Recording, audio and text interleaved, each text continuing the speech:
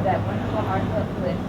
Today we are honored to have as our guest speaker Chief Master Sergeant William Harris, Superintendent Winnie M. Holmes, Center for Officer Assistance and Citizen Development, Maxwell Air Force Base. Ladies and gentlemen, please welcome Chief Harris.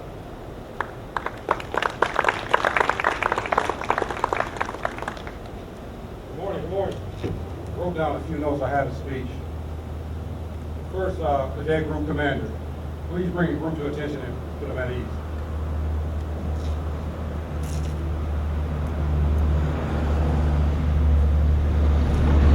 Group! Squadron! Up team! Ho! Eddie! All right. So I had a speech written down. I left it at home, so I go to the gym and I wrote a few notes. But I felt like it's thought from my heart to tell you 14 years ago about this very hour, where I was and some of the things I was going through. Give you one challenge, and that will help make this day more memorable.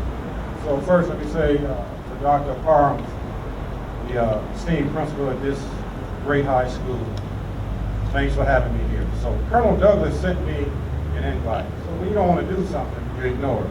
So he sent me an invite, I ignored it. He sent me another one, so I said, he's the Colonel in Chief, I guess I should respond. So here I am. Colonel Woods, sir, thanks for coming. To my JROTC family, thanks for being here. To my first responders, thanks for being here. To the cadets at Lee High School, thanks for being here. To the parents, to the students. So 14 years ago, at about this very hour, give or take an hour, so I'm sitting at Hickam Air Force Base in my apartment studying for promotion. About 1 or 2 o'clock in the morning, and I have a TV on. As I'm watching TV, I should be studying, but I'm watching TV, with the channels. I think I flip to CNN, I see an airplane hitting the tower. So that's unthinkable. I'm thinking somebody making a movie, video effects, graphics effects, or something. So I paid no attention, left the volume down. A few minutes later, another plane hit the tower. And then my phone started ringing. People call, say, hey, we're having a recall, you need to come to work. No, we have a recall, you need to stay home. Hey, we have a recall, we don't know what's going on. But I heard somebody say our nation is under attack. I heard somebody say our lifestyle is being attacked. I heard somebody say this is the worst terrorist act on American soil. So I sit there and I'm watching people jump out the window. I'm thinking to myself, how could this happen? Try to contact a friend of mine in New York, phone lines are down. So I'm sitting there and I'm watching. Tears coming down my eyes. How could this happen? How could this happen to innocent people in the greatest nation? You sung a beautiful song, God Bless America. Oh, how true that is. I heard somebody say America, may she always be right. Whether right or wrong, she is my country, the greatest nation. So this is happening, and I'm thinking about it, I'm processing it. I get on my knees, and everything you go through, there should be a lesson. So what was the lesson for me? And what did I get out of 9/11? So I'll share that with you briefly. So what I saw was two different things. I saw people jumping out of buildings because of the heat. They felt threatened. I saw people running away from buildings to get to safety. But another thing I saw is I saw first responders. I saw medical folks. I saw peace officers, not police officers, but peace officers running. I saw med techs, and I just saw average Americans running. It is amazing how we bond together when our nation is under attack.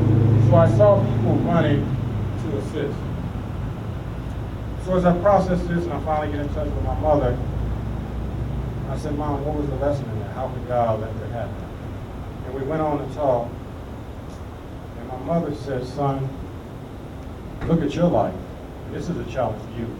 What are you running to?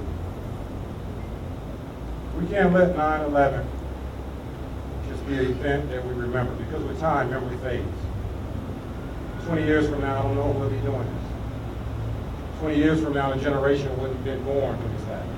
We tend to forget things when we don't personalize it. We must personalize 9/11, and we must ask ourselves every day, what are you running to? I see teachers every day running to school to educate you. Teachers, what a noble profession. I see teachers running to make sure you have a bright future. I see parents that's here today running to support you in whatever you do. For young people, there will be a 9/11. Maybe not a tragedy of that sort, but there will be a 9/11 in your life. What will you run to? I'm from Compton, California. I just came from there. I saw people running to drugs. I see people running to gangs. Our nation is under attack again internally. Some of the filth we see on TV, some of the racial tension, some of the police shootings. What are you running to? Every day you're running to something. So you must ask yourself, as you remember this, we remember the heroes of 9/11, we remember our first responders, we remember our parents. I would tell you to run to something positive. Run to something good.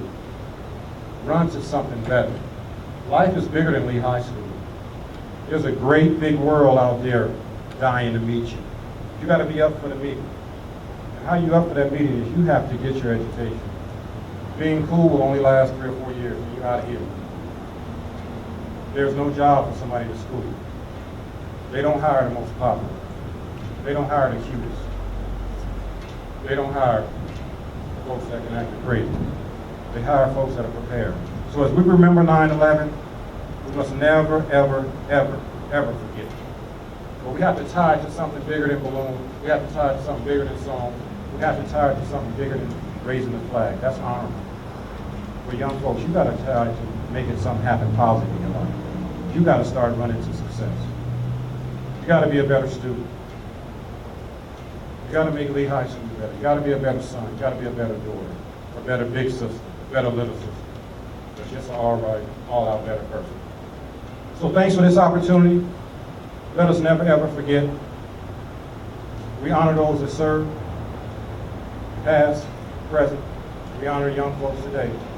You look tremendous. You look fabulous. Continue to do great things. Thanks for inviting me to your ceremony. God bless America. Let us never forget. God bless Lee High School. You guys are awesome. Thank you.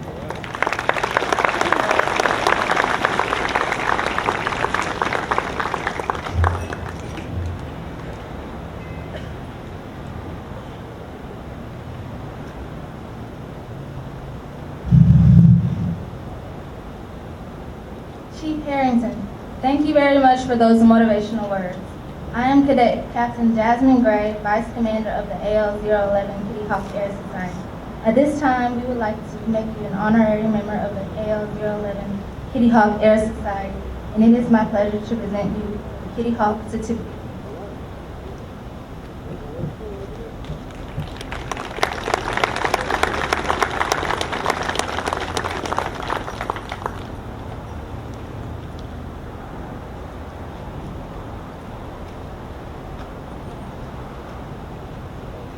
Ladies and gentlemen, at this time, please remain standing in silence for the official portion of our flag ceremony and then the dismissal of the flight.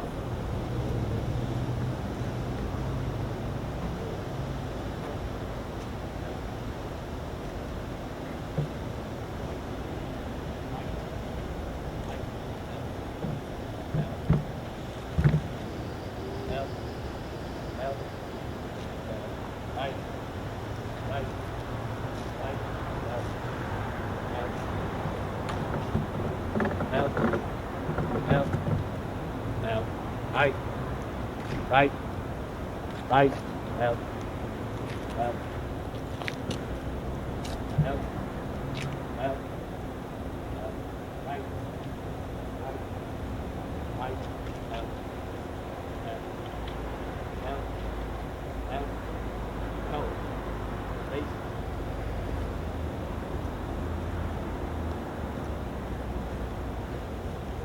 go, hold.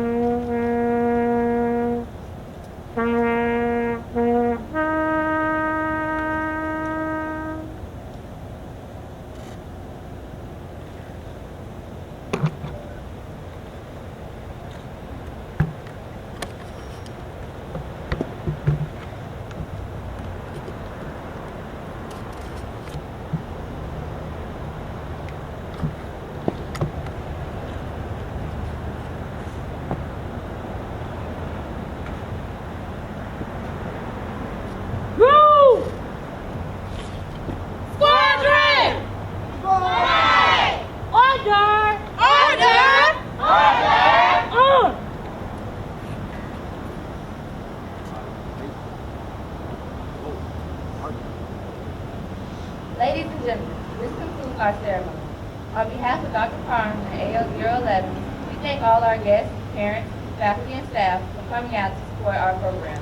We'd like to thank our choir director, Mr. Schubert, Mr. Whiting and his team, Officer Williams and his team, and our special guests from the local community at Maxwell Air Force Base.